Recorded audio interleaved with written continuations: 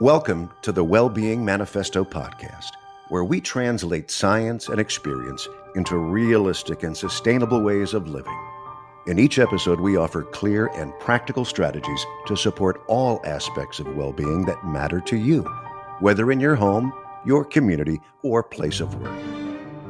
The Well-Being Manifesto is hosted by Dr. Moain Dabrh and Dr. David Freeman, who have spent their careers advancing whole person care. Join us as we focus on real lives and real change, with less hype, more truth, better living. Welcome one and all to a new episode of the Well-Being Manifesto podcast. I'm Dave Freeman. And I am Moain Dabrh. Today's guest is Julia Belluz, journalist and contributing opinion writer at New York Times, known for her sharp, compassionate, evidence-based reporting on various issues, especially around healthcare, medicine, and global public health. Julia previously served as Vox's senior health correspondent and was a Knight Science Journalism Fellow at MIT and holds a master's degree from the London School of Economics. She's a Canadian living in Paris.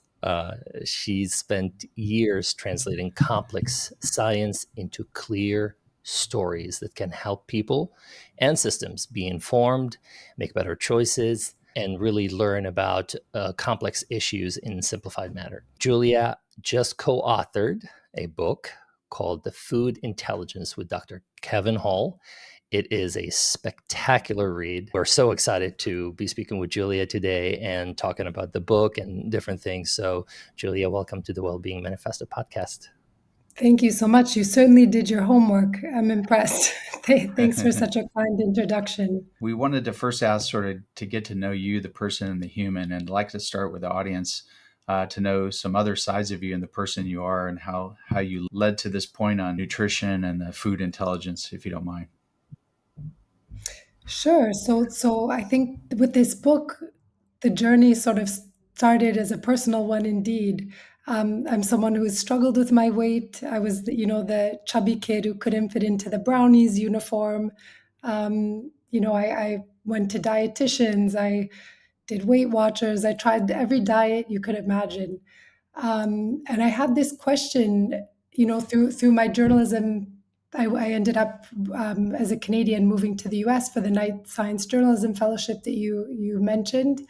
And from there, I was working at Vox. So I was in this American news environment where we were seeing these just absolutely soaring rates of obesity and other diet-related diseases.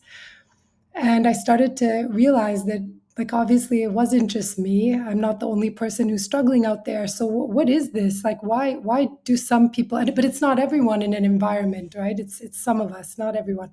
So why do some people struggle while others, go through life skinny people baffled by why other people can't get it together, or whatever the assumption people who have always been thin make. And so I started this reporting journey, and that to look for those answers. And in that process, I got to know Kevin Hall, who's this spectacular researcher who was based at the National Institutes of Health until recently. And Kevin has this background in physics and a very interesting way of looking at the world. And I was already very interested in evidence, and he's a person who's very interested, because of the physics training, I think, in these fundamental questions. What is food? How does it work inside of us? What are the macronutrients? What is metabolism? And so we started talking about this idea for a book that really peeled back and looked at these fundamental questions. And one of the big ones is, why do we eat? What and how much we eat? Why do you eat different things than I eat? And why, in particular, now I'm with the weight issues. I'm okay with yeah, we could talk about that, but that's not a big part of my journey anymore. But earlier in life, it was a really big struggle, and I think through reporting this book, I now have the answers to some of those questions. That is absolutely fantastic, and I wanted to kind of piggyback on that, because when I was reading the book cover to Food Intelligence, I saw a quote: "It's not rocket science; it's harder." And so a little bit about me is, I love aerospace, physics, NASA, all that kind of stuff. And I was profoundly just skimming through the book how systems approach that you've taken that. So I wanted to extend on that question, because you guys report on many issues about healthcare myths, including nutrition for years, and that the book with Kevin Hall, Food Intelligence. What personal experiences reporting aha moments convince you we needed a different sort of public story about food? So one of the big aha moments I had a few years back when I was working at Vox, it was after the first election of President Trump. I was dispatched to one of America's sickest counties. So this is one of the kind of chronic disease hotspots in the U.S. And to figure out like what is it about this place that it's in Louisiana. It's called Concordia, and it's routinely kind of ranked on the list of the place in the one of the places in the US, and they cluster around this region that have the absolute worst health outcomes. And on this trip, I remember granola bars and like other snacks, and I ended up mostly eating those because you could not find fresh healthy food. It was really really difficult. So you could go to a drive-through to get like an alcoholic daiquiri. You could go to the gas station and get like burgers or fried chicken, fries, whatever it was. But to find fresh healthy food was really really difficult. And I realized there, like, we're in this public conversation where people are often blamed for their diet related diseases. People are told you just need to take more personal responsibility, you just need to watch what you're eating. You go to these places and you see the absolutely dreadful diet related disease outcomes and how people are really struggling in their day to day lives with usually multiple of these conditions. And then you look at the food environment and you wonder, like, we're in this situation where we're often blaming people and saying, you just need to take more personal responsibility or just pick the apple and not the cheeseburger. But then you look at, the environments that people live in, the deck is absolutely stacked against them. It's really, really difficult to make the healthy choices. And that was definitely an aha moment for me. I just want to mention, I think it was in your book, they mentioned that how it's almost like a societal systems issue where a bag of donuts is 99 cents and some apples is $9, right? So you've got this huge, pressure then. Julia, like you brought up the term the blame or shame. So speaking of blaming and shaming, which are dangerous territories of how we think about food and how we think about people and choices, I want to segue into one of the most controversial topics about that, which is the M word, metabolism, and how people are talking. And when I say this, including scientists and professionals who are still confused about metabolism. One of the controversial topics recently, and it timed very nicely, maybe with your book, talking about The Biggest Loser, the reality show, and how you and I was not actually aware that Kevin was involved in studying that, and it timed with the Netflix documentary that was just released. I don't know if you got the chance to see it. So talk to us more about that whole concept and that experience. Yeah, so this is fascinating. So Kevin, a few years back, was looking for a way to quickly recruit patients for a postdoc he had in his lab who was kind of struggling to get papers published. And Kevin has this like guilty obsession with reality TV. And a friend said, "Hey, you study this stuff. You should really check this show out." And for those who haven't had it's definitely not a pleasure, the horror of watching this show. Basically, they take a group of people who have obesity and they subject, on this reality TV show, they subject them to extreme workouts, extreme dieting in this race to lose weight. And whoever loses the most weight over the period, or the highest percentage of body weight over the period of the contest, wins $250,000 cash prize. So it's one of those things where you're like, how did this show even happen? It's quite a bizarre thing. But Kevin saw that, there's an opportunity here. It's happening anyway. We might as well study the car crash and see what's happening inside these people's bodies while they're doing something that, most people we struggle to lose 5 or 10% of our body weight.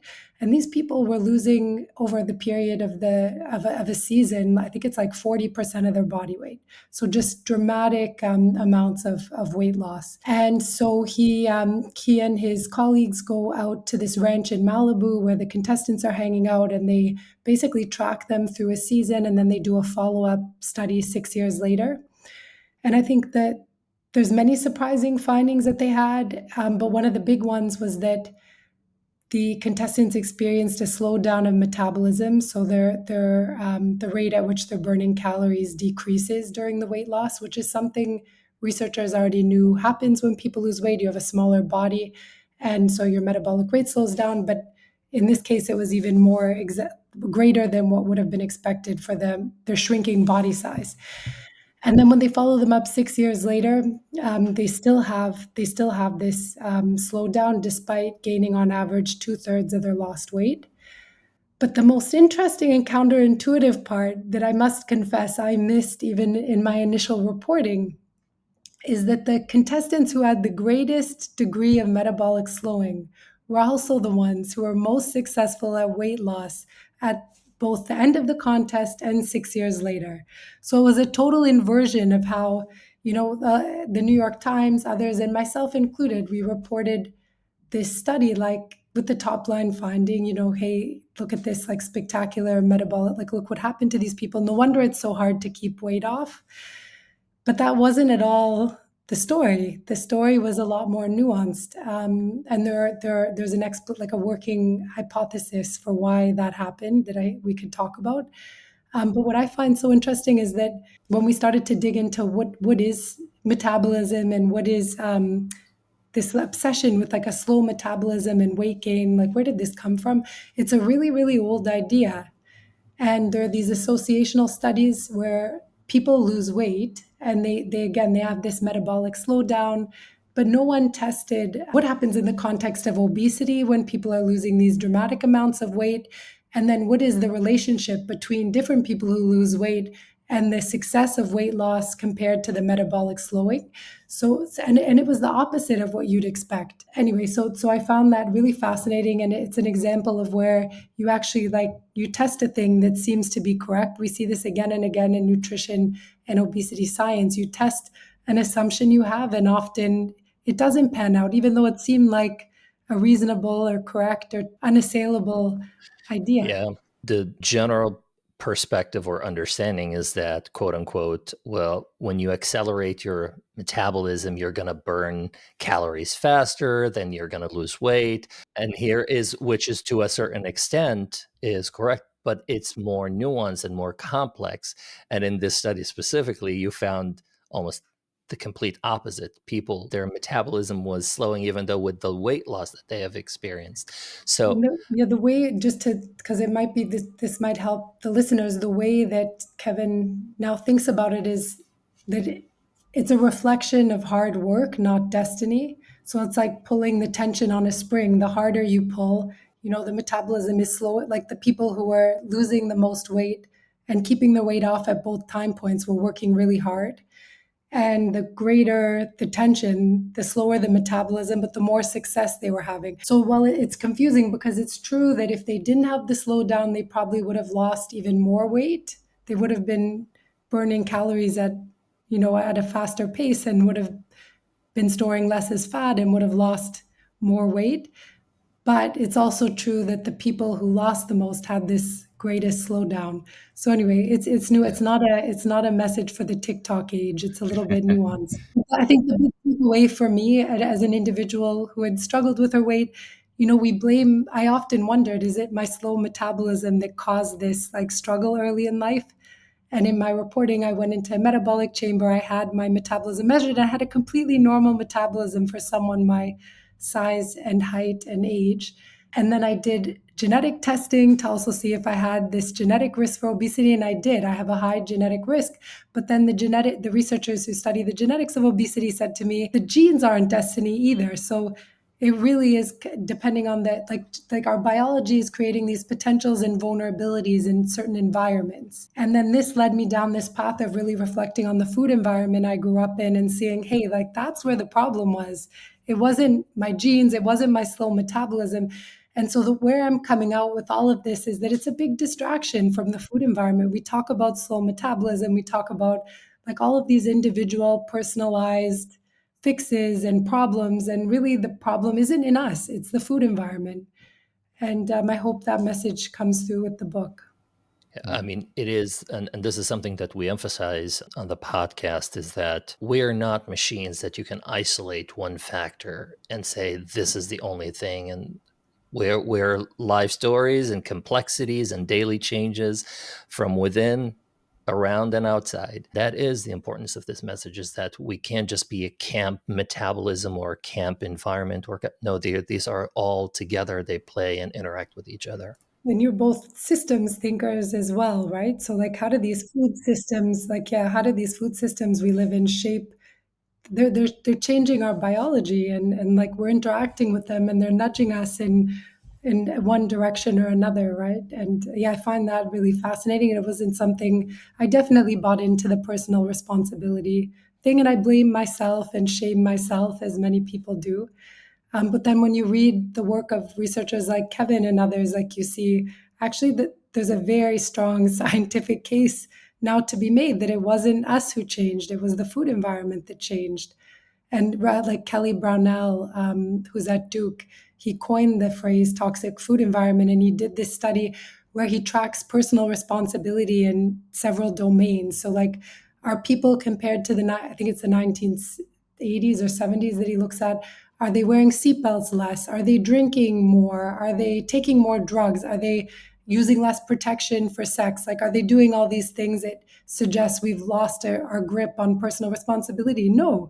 On every domain, it got better in the time that obesity just took off. So I think we have now lots of evidence that, yeah, where the problem is. Or the problems, because again, it's not just a single factor. There's so much, and it is important that we stop shaming and blaming individuals about what they are experiencing. And I've often said, for people who are living with obesities, there's always a story behind it. It's not just a choice or this or that. We have to explore with the individuals what they are struggling with, what have they experienced, be it personal experiences or the environment around them. And that's why it is a systemic, complex issue.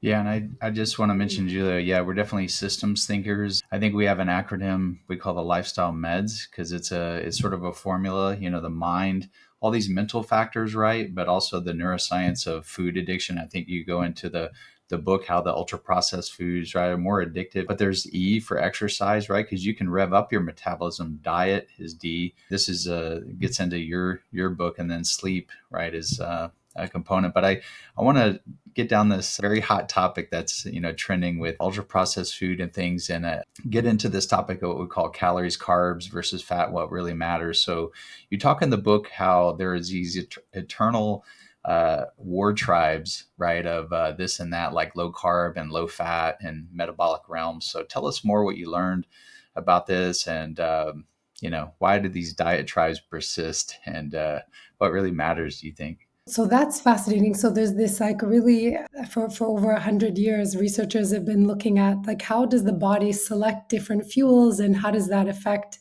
the rate of energy expenditure and how much body fat is being lost or accumulating.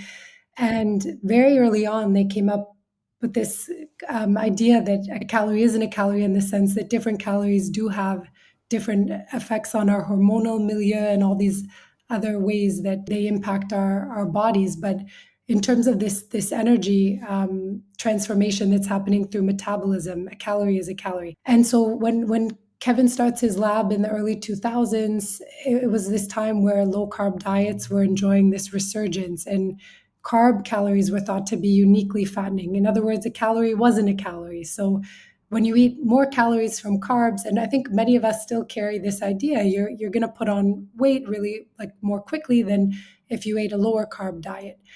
And so Kevin sets out, and in a series of like extremely methodical experiments over many years, I think more than a decade, he tests these diets of varying macronutrient composition. And just for those that don't know, so the macronutrients are carbs, fat, and protein. And the two main fuels are well, I guess they're all fuels, but he was focused on low carb versus low fat diets and testing these against each other and seeing what's happening in the body in terms of body fat. And he finds a wash. He finds a calorie is basically a calorie. And if anything, there was a tiny edge from the low fat diets, but it was absolutely marginal. And the fascinating part of these studies is that the low fat people take the results and say, hey, Kevin, this is great. You've proved that our diet is better because there's this like minute, I think it was something like 40 grams of additional fat lost on the low, like it was absolutely not like negligible, no health impact. But they take the result and say, hey, this is wonderful. You've proved low fat diets are the better diet for weight loss and fat loss. And then the low carb people were pissed because he doesn't find this metabolic advantage that they had been talking about. And I think what happens there is that as individuals, we have these experiences. So Kevin's looking at averages, and on every diet, there is this variation, right? You have some people who gain weight, some people who lose weight, and most of us cluster around this dismal average where we don't have a lot of success. And on both diets, on the low fat and low carb, and we talk to them for the book, you find people who flourish. They're part of this tribe, they're doing well, they're able to adhere, they feel great, they have, they're being even monitored by their doctors and they're having great health outcomes. And I think, when you look at the evidence through that lens, you can interpret it how you want and think, yeah, that your diet is still the better one, even though we have now these studies that on average show it's pretty much a wash.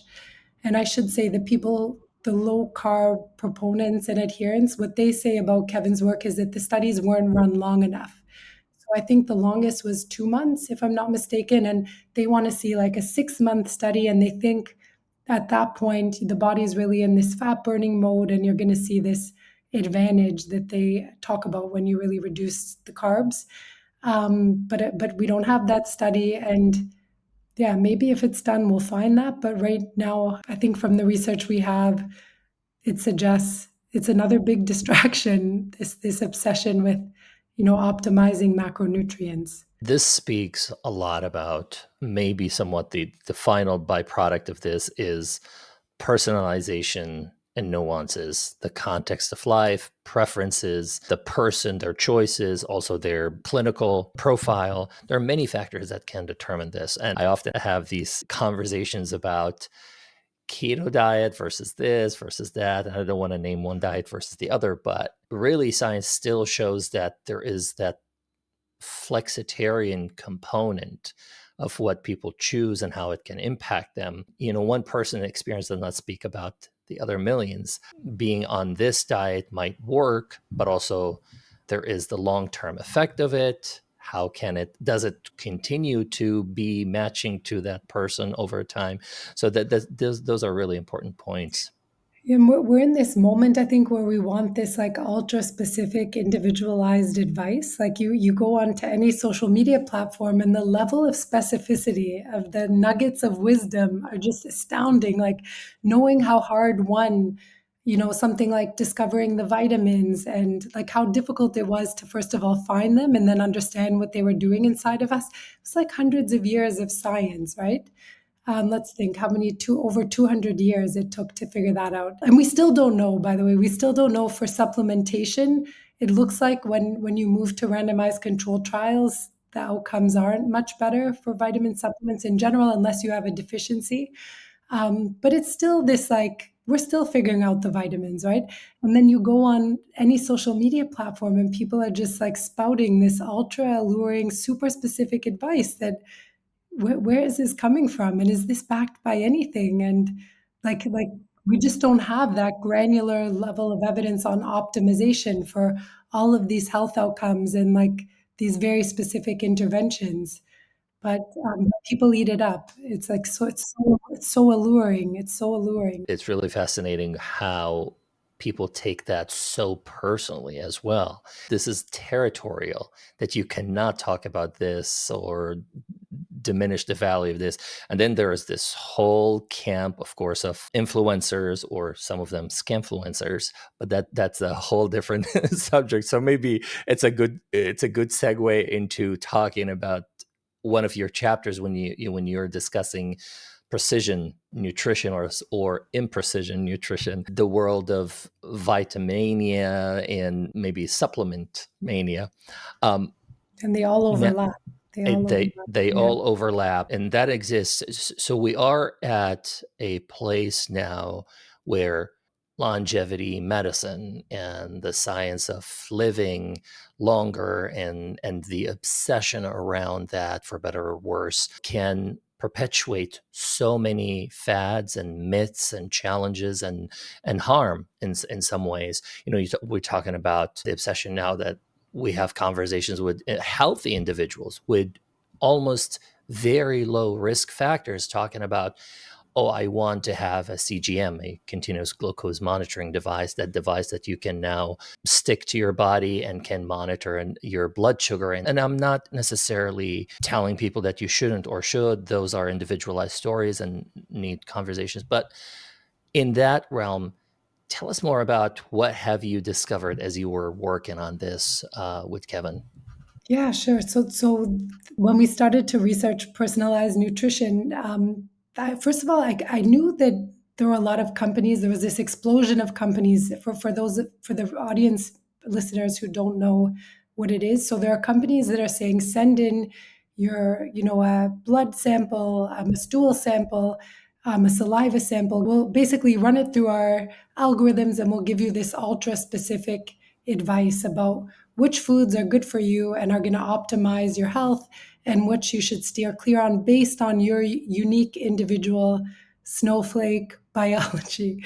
And so I knew that this was a big, like, kind of booming space. But I didn't realize the last administration, the President's Council of Advisors on Science and Technology, called precision nutrition out as one of the keys to addressing the chronic disease epidemic. So this isn't just like a fad taking off among entrepreneurs. This is something, even in the White House, they're saying, this is something to focus on. And one of the single biggest public investments in nutrition research in the US now is a massive precision nutrition study. So we did a couple things. So Kevin had done some research on CGMs, and he finds that basically, once again, it's extremely hard to find the signal in the noise. So a lot of things will affect your glucose response to the foods you're eating.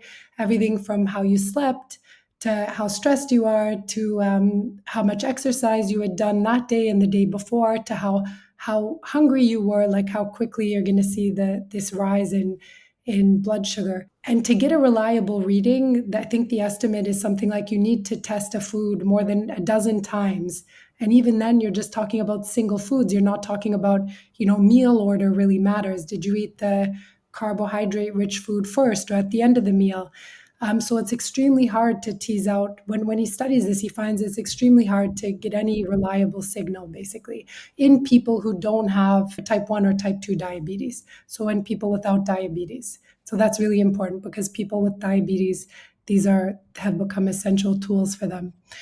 And then I decided to do this personal experiment, trying 3 personalized nutrition companies. I basically sent in the same stool samples and thought, are they going to give me the same advice based on my biology or different advice?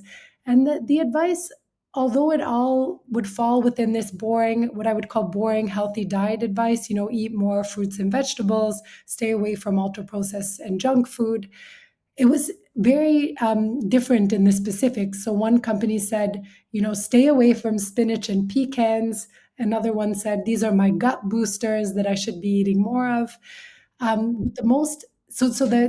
advice was all over the map. But the most alarming finding was when I set out on this journey, I had some advice from a clinician who had run into a lot of patients who would get these results and get really freaked out about their health. And then when they would do real medical diagnostics, nothing was wrong with them. So this clinician, Nicola Gesh, she said, you should just, have your A1C tested and get a cholesterol test and just get everything checked and make sure you're okay. And then you'll be, more at ease no matter what comes back from these companies. And I found out for the first time in my life, I had a high cholesterol reading. And this was something none of the companies caught. So they were all sort of fixating because of this, I think because of the CGM as this popular wearable now that is something we can use. They were fixating on lowering my glucose levels and yeah, making sure my blood sugars were within a certain range, but nothing on cholesterol. And I can't help but wonder if I had followed that advice, I might have been eating a kind of like the foods and a diet that would have made my cholesterol worse.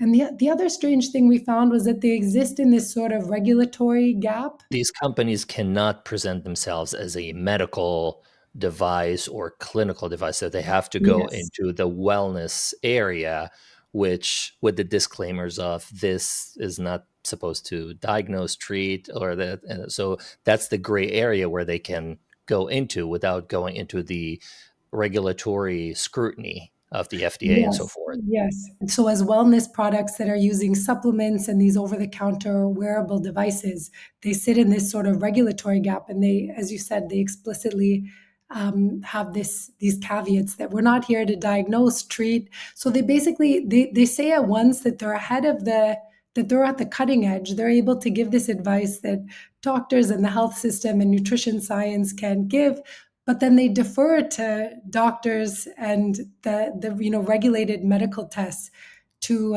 actually diagnose and treat you. So it's a very strange frontier. And I think that the other worrisome part is after trying a few of these programs, you feel this like I felt a paranoia about food I hadn't felt since being like a chubby adolescent. Like you feel like they want to gamify you optimizing your diet. And to get the high diet scores, I was spending like quite a lot of time on procuring ingredients and cooking. And I already do these things, but it was like an extra like stress and pressure I don't think delivers the kind of magnitude of benefits the companies are promising. We want to cheerlead and champion people who are being thoughtful and doing the homework, quote unquote. But there is a fine line between being thoughtful and proactive about your health and becoming obsessive about your health, that you no longer really enjoy your life. There's a difference between individuals, obviously, who have certain health conditions that prevent them from doing certain things, so they're limited about pursuing certain options, but to a point where it can cause even friction within their own milieu of family and friends, and it really becomes a challenge. Here in Paris, I think it's like a little bit more easygoing, but when I was living in the US, I was quite surprised. You would go to a Thanksgiving and some people are vegan and some people are keto. And I think because of this toxic food environment, people are really confused and they're trying to do different things to just like fight back against this like onslaught of unhealthy calories. And yeah, kind of becoming fixated in their different tribes, and it can be a very fractured dinner table for sure.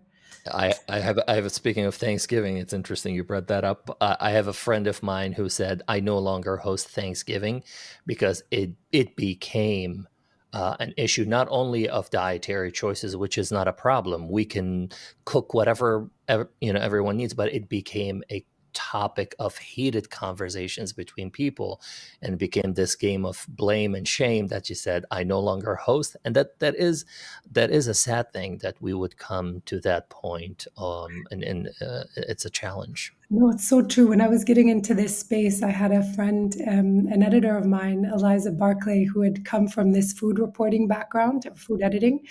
And she said, be careful. You think it's like just this maybe more relaxed or whatever, but she was saying it's like can be more heated than covering political issues or some of the most like fraught, heated topics in the public discourse.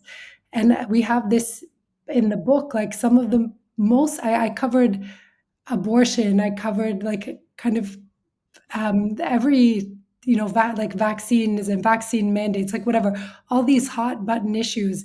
And I had no greater pushback than for some of this low carb reporting I was doing. Like that was the topic that elicited the most rage and fury among readers. So yeah, no, it's really interesting. People really have strong feelings about our food for sure. And Julie, I want to segue a little bit on that because I think you and Moain touched on some of the, Thanksgiving really was more of the name, right? giving thanks rather than dialing up exact precision diets and creating controversy. But I think in your book, you mentioned how the tobacco industry was actually part or invested into this ultra processed food kind of thing, which I found mind blowing to know that they were engineering basically addictive foods. So just, curious your thoughts on that. So there was this time, well, now the term is hyper palatable foods. So they're basically foods that are really engineered for overconsumption. And there's a researcher called Tara Fazzino who works on this, and she talks about how they cross certain pairs of nutrient thresholds that don't usually exist in nature. So, like salt and fat, sugar and fat. I think, with the exception of milk, you don't really have like what is sweet and fat that exists in nature, right? And they can be both ultra processed and your grandma's apple pie or whatever it is. And so it's those foods. And she estimates that these foods now make up 70% of the food supply in the US. So talking about the toxic food environment, it's most of what people meet in the grocery store or in their like corner shop or whatever it is. Um, and and the when those foods really started to take off, it was when basically tobacco companies purchased food companies, and they use their knowledge of flavors and their knowledge of market segmentation to say, for example, we have Kool-Aid, and let's turn Kool-Aid into like 10 different flavors and market each one in a specific way. To the blue one will be for boys and the pink one is for girls, and let's create these campaigns around these products. And that's what tobacco had this expertise in. How do we do market segmentation and line extension and use flavors to make what are essentially the same things seem different? That purchasing of these food companies by tobacco tracks with this rise of hyperpalatable foods. That was their expertise, right?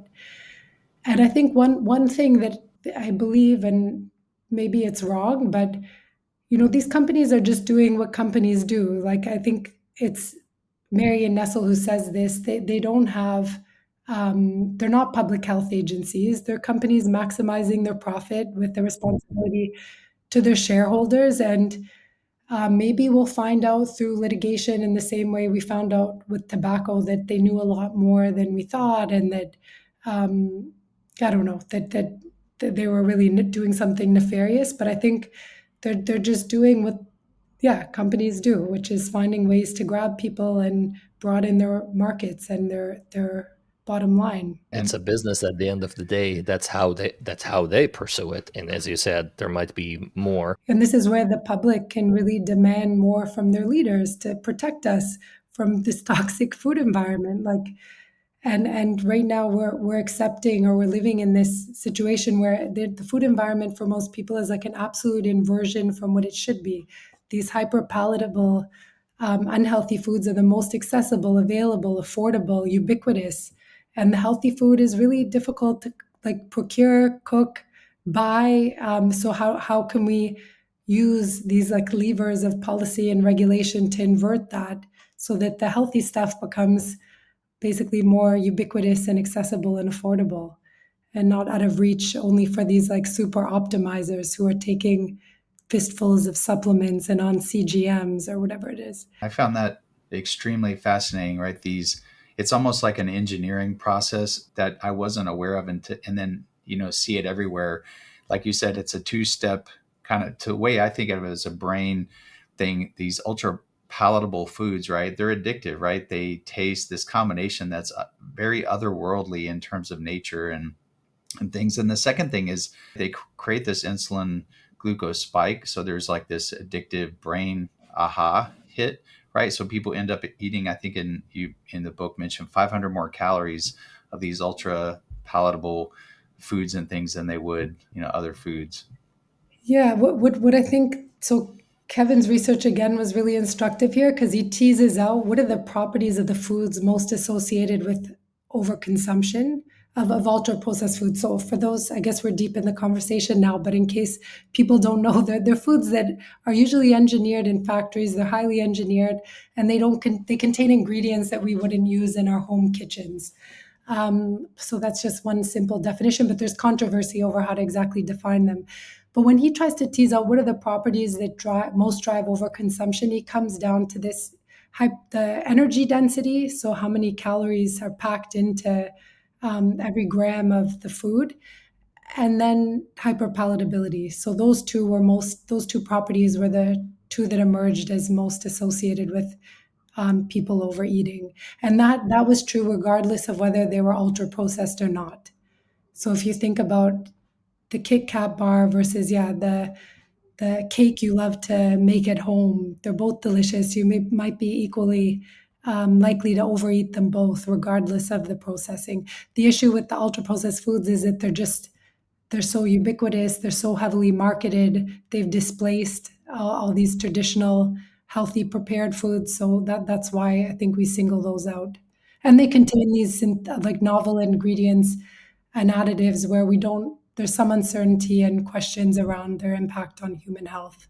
Right. And I think it was the ultra palatable and the caloric density you just mentioned, right? Those are like the 1-2 punch of why they're so addictive. And those are often, I mean, in conversations we have with patients or individuals about nutrition, those two are the two that have consistently remained a focus in nutrition conversations. Caloric density is a contributor, and the ultra palatable food and how it impacts habits and affects nutritional choices. I think the thing where some of the newer research that's emerging, where it's different, is that we have these like randomized control trials to show what people had been seeing with these associational studies earlier on. Like when you're eating more of these foods, usually you're eating less of the stuff we should be eating: whole grains, fruits and vegetables, legumes, whatever.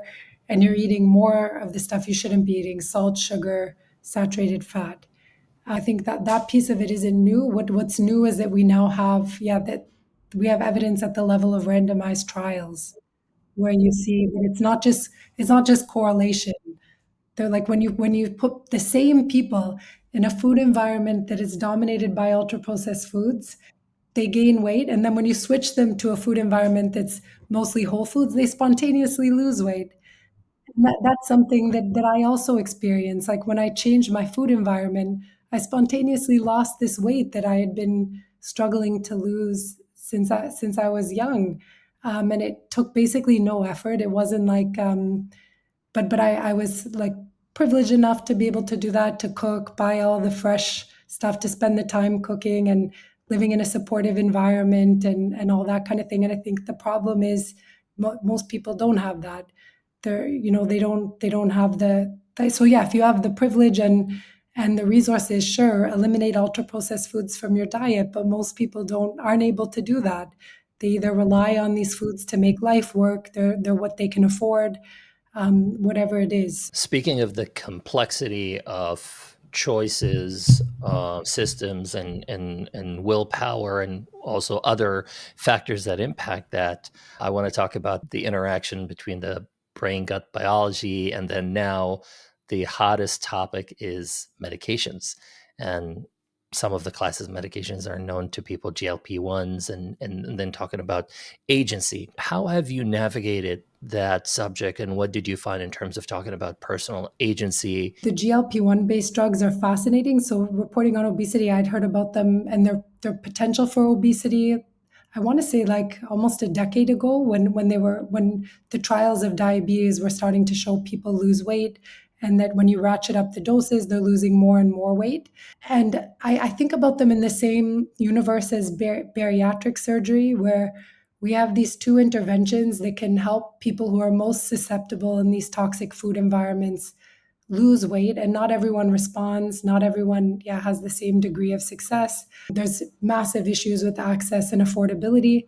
But if you're someone who struggled, these are two of the places where we have like really strong evidence that they seem to be able to actually help people lose weight in a way that a lot of these like wellness hacks and individual diet advice can't, for most people, unless you have this ability to dramatically change your food environment, your personal food environment. And so I think about them that way as like really important tools to help people now.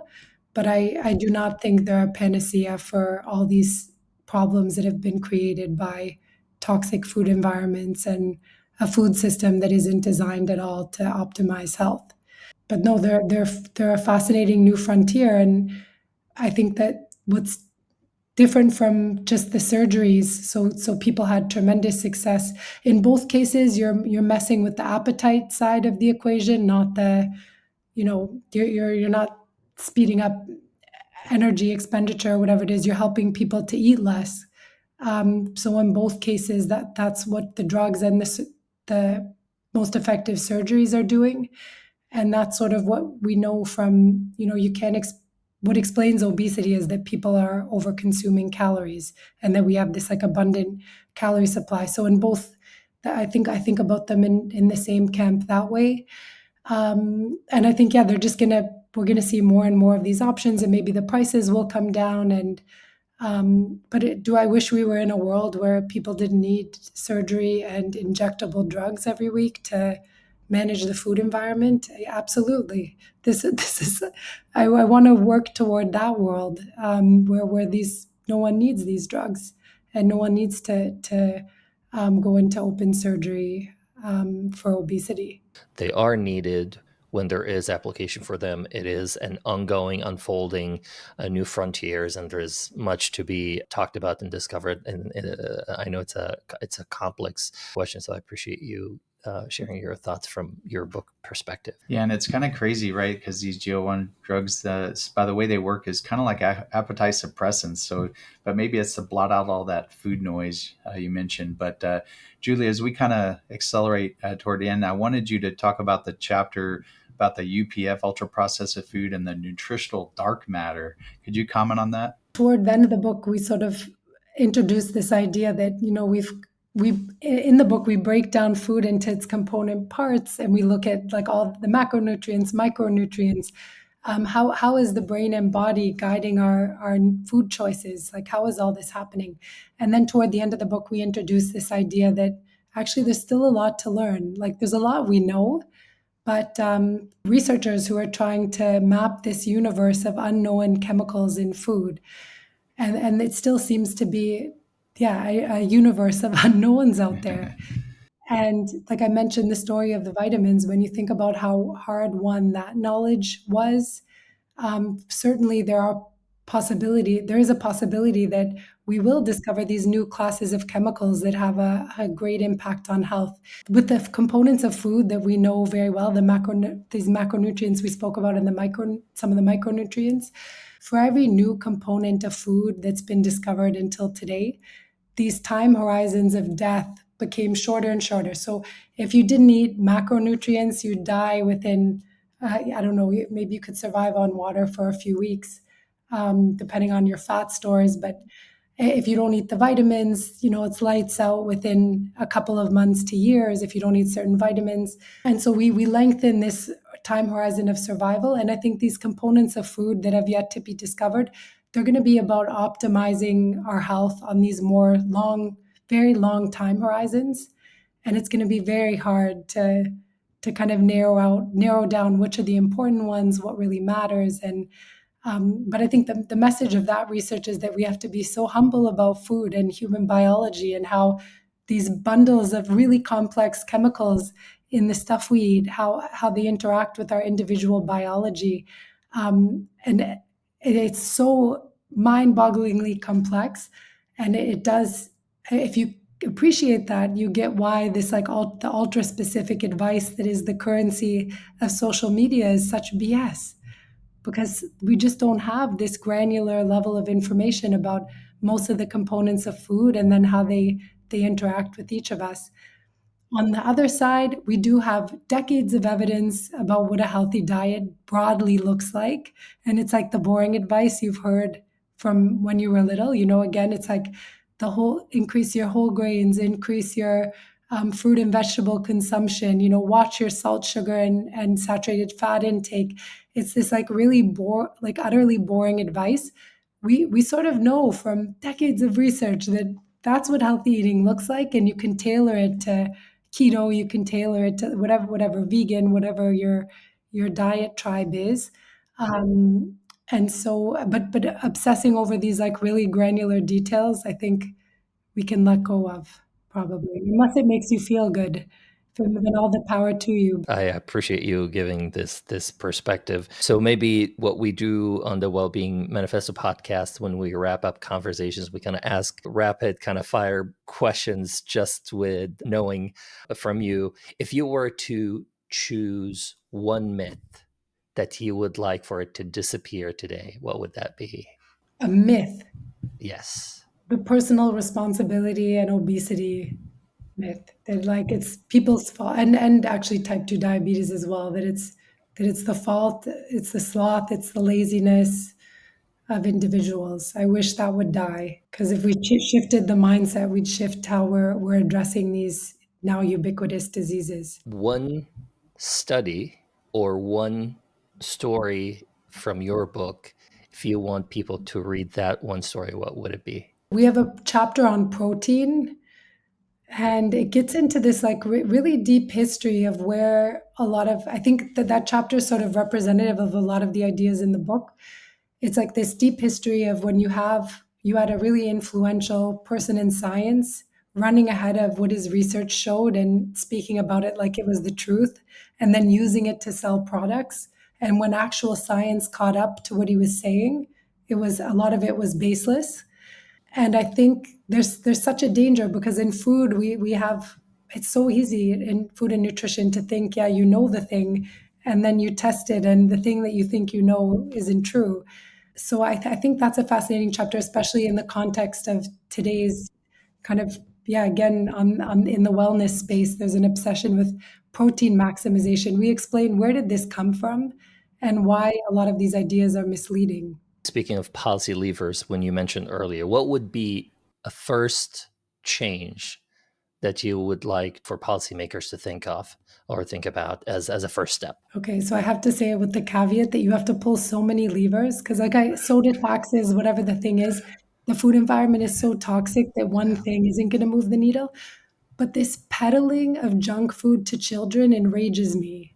And this is something physicians have been calling, and dentists, since like I think it's like the 1950s, like, stop marketing garbage food to kids. And it's, as a parent, it is everywhere. And you have to like fight and argue, and it's so difficult to navigate the food environment as a parent who cares about the health of their kids. And I think that's most parents. And so just stop this nonsense. This I would love to, if I could wave a wand, this would be one, like put severe marketing restrictions on what kinds of foods kids are being inundated with. That's beautiful. Thinking about the next generations, I mean, on every level, food, environment, climate, everything. So I appreciate you concluding with this beautiful note. Julia, thank you so much for the time that you spent with us. It's Your such a pleasure. reporting, thank you. Your reporting always reminds us that health is not just about biology. It is about systems. It's about individuals. It's about industries. It's about complexities and nuances that help us think about this world that is nutrition. And I personally always say, I don't envy researchers in the realm of nutrition. I think they do some of the most difficult work, and they get so much heat, and often they're stigmatized as if it is a personal investment. We appreciate you really carrying us in your conversation through the noise and the clarity and the nuance, the evidence, and the humanity of storytelling through evidence. So for our listeners and audience, if this conversation resonated with you, you can find Julia's work through New York Times, her writing in Vox, and years of reporting, and the new book with Dr. Kevin Hall, The Food Intelligence. I cannot emphasize enough how delightful and invigorating and thought-provoking it is, and it was for me personally, to read this book and just reflect on it and seeing this journey of extensive reporting, because this book was not just the yield of a short period of time. You both spent years of traveling to different countries and continents and reporting. So we thank you for this work. Until next time, from David and me, inward with courage and outward with compassion. Thank you for joining the Well-Being Manifesto podcast. Be sure to subscribe, like, and leave us a comment or review. To learn more about this discussion, visit thewellbeingmanifesto.com. And remember, inward with courage, outward with compassion.